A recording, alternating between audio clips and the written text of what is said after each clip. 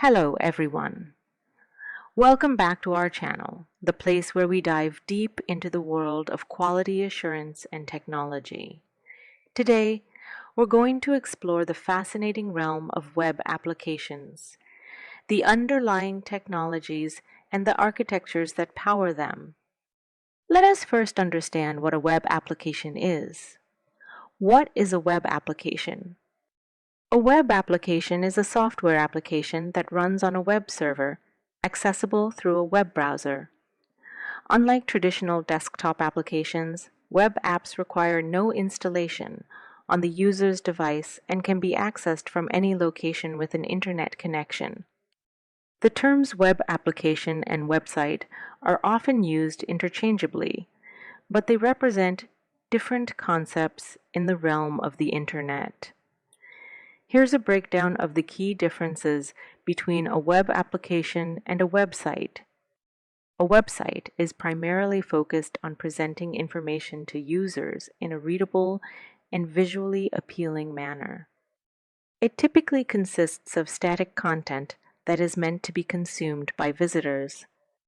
They are generally less interactive compared to web applications, and interactivity may be limited to basic user actions such as clicking links to navigate between pages.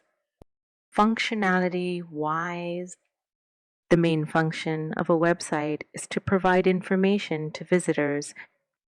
Websites are often content-centric, showcasing text, images, and multimedia. Examples of websites are blogs, informational sites, news websites, portfolio sites, etc., are all examples of websites. On the other hand, web applications possess dynamic functionality. A web application is a software program that runs on a web server and is accessed through a web browser. It provides more dynamic functionality and interactivity compared to a static website. Provides user interaction. Web applications allow users to perform specific tasks or actions within the application itself. They often involve user input, data processing, and may utilize complex business logic. Also, they support data handling. Web applications can handle and manipulate data, often involving databases and real-time updates. They may include features like user authentication, form submissions, and data storage.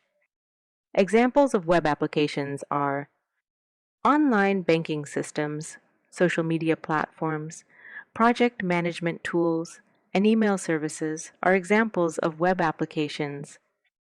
To summarize, websites are primarily informational and provide static content to visitors.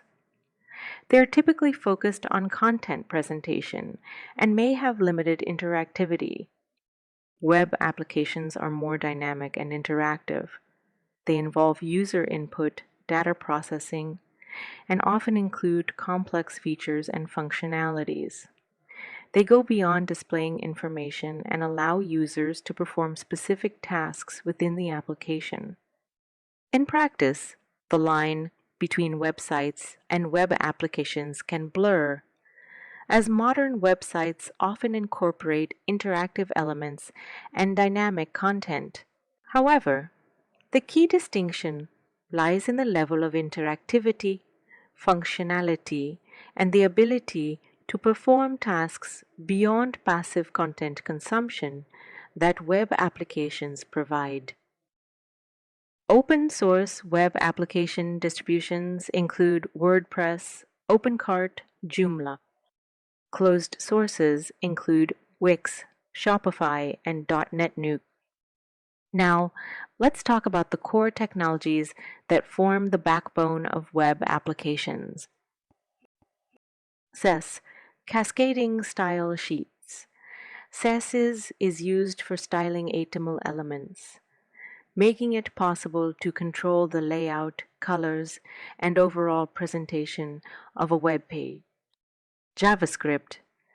JavaScript is a powerful scripting language that enables dynamic content and interactivity on the client side. It's often used for tasks like form validation, animations, and asynchronous requests. 8. Hot. HOTS. Protocols. These protocols govern communication between the web server and the client's browser, ensuring secure and efficient data transfer.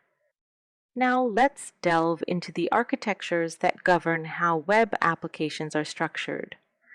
There are two primary types: monolithic and microservices architectures. Monolithic architecture.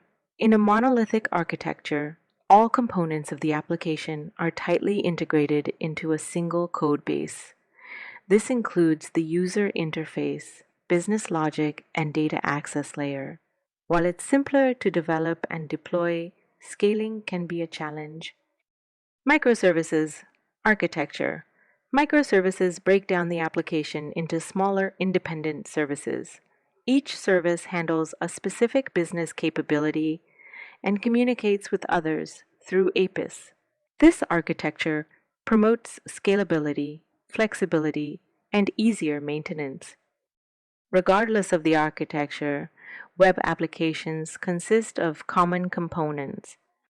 Front end. The user interface that users interact with, often developed using HTML, CS, and JavaScript. Back end.